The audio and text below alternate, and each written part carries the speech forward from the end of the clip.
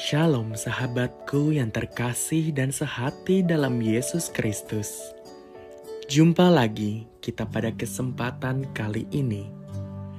Mari kita siapkan diri dan hati kita untuk menjadikannya layak menyambut Tuhan, supaya kita bisa menjadi garam dan terang dalam kehidupan ini. Tentunya dengan bersama kita Resapi, Renungan Sabda Pendalaman Iman, presented by BPK PKK KAJ. Bacaan dari Injil Yohanes bab 20 ayat 11 sampai 18. Tetapi Maria berdiri di luar kubur itu dan menangis. Sambil menangis, ia menjenguk ke dalam kubur itu. Dan tampaklah olehnya dua orang malaikat berpakaian putih, yang seorang duduk di sebelah kepala, dan yang lain di sebelah kaki di tempat mayat Yesus terbaring sebelumnya. Kata malaikat-malaikat itu kepadanya, "Ibu, mengapa engkau menangis?" Jawab Maria kepada mereka, "Tuhanku telah diambil orang, dan aku tidak tahu di mana ia diletakkan." Sesudah berkata demikian, ia menoleh ke belakang dan melihat Yesus berdiri di situ. Tetapi ia tidak tahu bahwa itu adalah Yesus. Kata Yesus kepadanya, "Ibu, mengapa engkau menangis? Siapa yang engkau cari?" Maria menyangka orang itu penjaga taman, lalu berkata kepadanya, "Tuan, jikalau Tuan yang mengambil dia, katakanlah kepadaku di mana Tuan meletakkan dia, supaya aku dapat mengambilnya." Kata Yesus kepadanya, "Maria." Maria berpaling dan berkata kepadanya dalam bahasa Ibrani, "Rabuni," artinya guru. Kata Yesus kepadanya, "Janganlah engkau memegang aku terus, sebab aku belum naik kepada Bapa.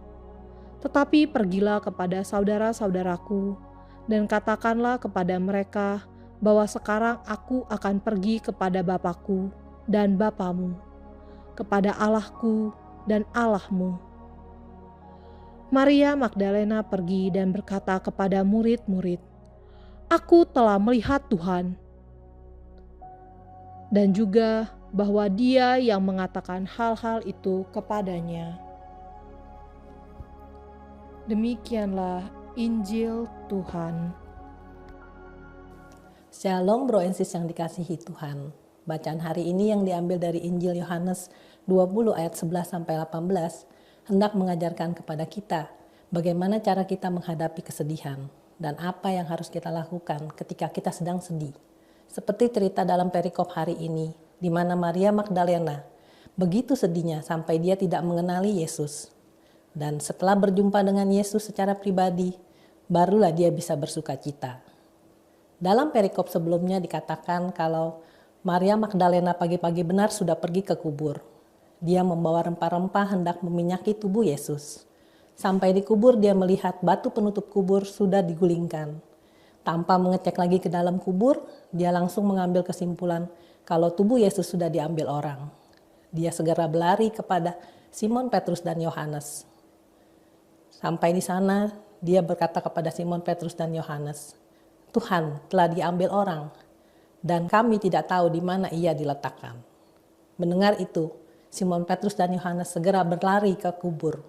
Sampai di sana mereka melihat tubuh Yesus tidak ditemukan. Mereka melihat kain kafan tergeletak di tanah, dan kain pelu yang tadinya ada di kepala Yesus terlipat tersendiri di tempat lain. Melihat itu semua, Simon Petrus dan Yohanes segera pulang ke rumah, meninggalkan Maria Magdalena sendirian. Sementara itu, Maria Magdalena berdiri di luar kubur.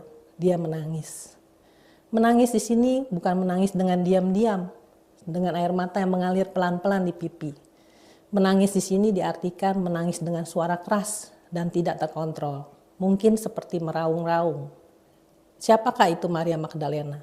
Kenapa dia bisa begitu sedih? Maria Magdalena adalah wanita yang dibebaskan dari 7 roh jahat oleh Tuhan Yesus. Setelah disembuhkan, dia mengikuti dan melayani Yesus dan ke-12 muridnya yang berkeliling dari desa ke desa memberitakan Injil Kerajaan Tuhan. Maria Magdalena termasuk salah seorang dari 3 wanita yang berdiri dekat salib Yesus sampai Yesus meninggal. Dia juga ikut mengantarkan jenazah Yesus sampai ke tempat kubur. Jadi hubungan Maria Magdalena dengan Yesus sangatlah dekat. Dia sangat menyayangi Yesus. Dia menangis begitu sedih. Dia melihat penderitaan dan kematian tragis Yesus di atas kayu salib. Ditambah lagi sekarang, dia melihat kubur yang kosong. Dia tidak bisa menemukan tubuh Yesus. Sambil menangis, Maria menjenguk ke dalam kubur. Dia melihat 2 orang malaikat berpakaian putih sedang duduk. Malaikat itu bertanya kepada dia, "Ibu, kenapa engkau menangis?" Maria tidak mengenali mereka adalah malaikat. Maria berkata, "Tuhanku telah diambil orang, dan aku tidak tahu di mana ia diletakkan." Sambil menengok ke belakang, Maria melihat Yesus berdiri di belakang. Yesus bertanya juga pertanyaan yang sama seperti yang diberikan oleh malaikat. Yesus bertanya, "Ibu, kenapa engkau menangis? Siapa yang engkau cari?"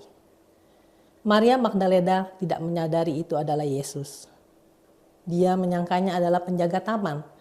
Malahan dia menuduh penjaga taman ini yang mengambil tubuh Yesus. Dia berkata, "Tuan, jikalau Tuan yang mengambil dia, katakanlah kepadaku di mana Tuan meletakkan dia, supaya aku dapat mengambilnya." Kita semua tahu kenapa Maria Magdalena menangis. Dia sedih, dia putus asa. Tuannya meninggal, dan dia tidak tahu di mana tuannya diletakkan sekarang. Maria Magdalena percaya bahwa Yesus sudah mati, bahwa tubuhnya sudah diambil orang. Dia tidak berharap melihat Yesus yang hidup. Dia lupa akan perkataan Yesus bahwa Yesus akan bangkit pada hari ketiga. Sebenarnya Maria Magdalena tidak perlu menangis. Tidak ada orang yang mengambil Yesus. Tidak ada orang yang meletakkan Yesus di tempat yang lain. Pertanyaan Yesus dan malaikat, "Kenapa engkau menangis?" itu kelihatannya juga pertanyaan yang aneh. Kalau kita bertemu orang di kubur sedang menangis, tidak mungkin kita bertanya kenapa menangis. Sudah wajar orang menangis di kuburan. Mungkin dia kangen dengan orang yang meninggal, mungkin juga dia sedih menangisi nasibnya karena ditinggalkan. Kenyataan yang ada, kubur yang kosong, batu penutup kubur sudah digulingkan, kain kafan sudah tergeletak, kain peluh sudah terlipat rapi, ada malaikat, ada Yesus yang berdiri di belakangnya. Tidak bisa menyadarkan Maria. Yesus dan malaikat bertanya kepada Maria, juga hendak bukan untuk mendapatkan jawaban. Sebenarnya mereka hendak menyadarkan Maria. Kenapa buat apa nangis? Lihat itu, kain kafan sudah tergeletak, kain peluh sudah terlipat rapi. Lihat kubur sudah kosong, berarti Yesus sudah bangkit. Tapi keputusasaan dan kesedihan menutup pikiran Maria. Dia tidak bisa melihat harapan dan kebenaran yang ada. Maria Magdalena terus sibuk dengan kesedihannya. Dia tidak menghiraukan kehadiran Yesus dan malaikat yang mungkin datang hendak menghibur dia. Sampai Yesus memanggil namanya, Maria. Saat itu juga telinganya terbuka. Dia kenal suara itu, seperti domba mengenal suara gembalanya. Dia sadar siapa yang memanggil dia. Dia berpaling, Rabuni katanya, yang artinya guru. Saat itu juga matanya terbuka, dia melihat kebenaran yang ada. Maria sadar bahwa Yesus sudah bangkit, Yesus sudah menepati janjinya, maut sudah dikalahkannya. Seketika itu juga kesedihan dan air mata hilang seketika, digantikan dengan sukacita. Dalam hidup ini kita sering mengalami kesedihan dan kekecewaan. Seringkali kesedihan menenggelamkan kita, sehingga kita tidak bisa melihat kehadiran Tuhan. Kita bertanya, di mana Tuhan ketika kita sedang sakit? Di mana Tuhan ketika kita sedang sedih? Di mana Tuhan ketika kita sedang kecewa? Tuhan bukan tidak ada bersama kita. Dia hadir bersama kita. Dia tidak pergi dan meninggalkan kita. Dia berdiri di belakang kita. Pertanyaan yang sama yang diberikan kepada Maria juga diberikan kepada kita. Kenapa engkau menangis? Siapa yang engkau cari? Dikatakan sebenarnya Yesus paling dekat dengan kita ketika kita sedang dalam keadaan sedih, ketika kita sendirian, ketika kita sedang kecewa. Dalam 2 Raja-Raja 20 diceritakan Raja Hizkia sedang sakit keras. Dia berdoa kepada Tuhan dan menangis dengan sangat pilu. Kata Tuhan kepadanya melalui perantaran Nabi Yesaya, "Telah kudengar doamu dan telah kulihat air matamu." Pemazmur dalam Mazmur 56 ayat 8 juga mengatakan, "Sengsaraku telah kau catat, taruhlah air mataku dalam kirbatmu." Tuhan tahu kesedihan dan penderitaan kita. Dia lihat air mata kita. Dia catat sengsara kita. Dia dengar doa kita. Dia memanggil kita sesuai nama kita, seperti gembala memanggil domba-dombanya menurut namanya. Sekarang tinggal kita. Apakah kita mau mendengar suaranya dia dan mengenalinya? Apa kita bisa mau berpaling dan menjawab panggilannya? Sekarang buka hati kita, arahkan pandangan kita kepada Tuhan. Semoga kita bisa melihat Yesus yang hadir dalam hidup kita. Baru-baru ini saya juga mengalami kesedihan seperti yang dialami Maria Magdalena. Papa saya meninggal dunia. Pagi-pagi mama saya menelpon saya mengatakan kalau papa saya pingsan. Papa saya pagi-pagi bilang dadanya tidak enak, dia rebahan, dia menarik nafas 2 kali dan sudah itu tidak bernafas lagi. Papa segera dilarikan oleh adik saya ke UGD. Saya pun segera menyusul di sana. Semua tindakan sudah diberikan. CPR, pernafasan buatan, suntikan, semua tidak bisa membangunkan papa saya. Dokter bilang kepada saya supaya saya merelakan kepergiannya. Saya menangis dan kaget karena malam sebelumnya, papa saya masih menelpon saya menanyakan malam tahun baru Imlek mau masak apa. Dan dia bilang dia yang akan beli bahan-bahannya. Saya terus-menerus menangis dan tidak bisa menerima kenyataan kalau papa saya sudah pergi meninggalkan saya. Papa saya baru dibaptis ketika saat dia tua. Dan dia menjalani iman Katoliknya dengan benar. Dia orang yang penuh kasih, mudah mengampuni, dan mengajarkan saya untuk selalu bersyukur. Di rumah duka, banyak orang datang menghibur saya. Om saya mengatakan kalau papa saya pernah bilang kepada dia, kalau papa saya sudah siap, kapanpun dipanggil Tuhan. Teman-temannya pun di rumah duka, banyak yang menangis dan mengatakan kepada saya, kalau papa saya adalah orang yang baik. Orang yang selalu ceria dan tidak pernah marah.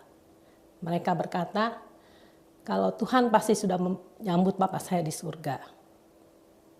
Dan juga ada orang yang bilang ke saya, papa kamu ini pasti disayang Tuhan sampai dia meninggal dengan tenang tanpa menderita. Lewat orang-orang ini, Yesus hadir menghibur saya, memberi kekuatan kepada saya. 1 Tesalonika 4 ayat 13-14. Jangan berduka cita seperti orang-orang lain yang tidak mempunyai harapan.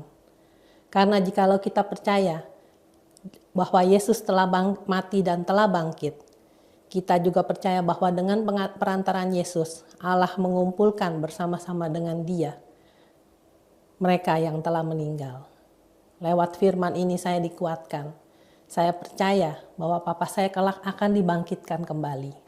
Kelak saya pun akan bertemu dengan dia lagi. Kematian ini bukanlah akhir dari segala-galanya dan hanya perpisahan sementara. Demikian renungan saya hari ini. Mari kita tutup dengan doa. Dalam nama Bapa dan Putra dan Roh Kudus. Amin.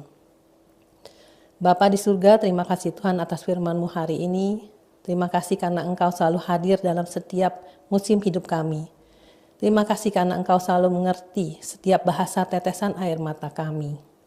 Terima kasih karena Engkau selalu mencari dan memanggil kami. Tuhan, tolonglah kami ya Tuhan, supaya kami bisa selalu mendengar suara-Mu, selalu menanggapi panggilan-Mu.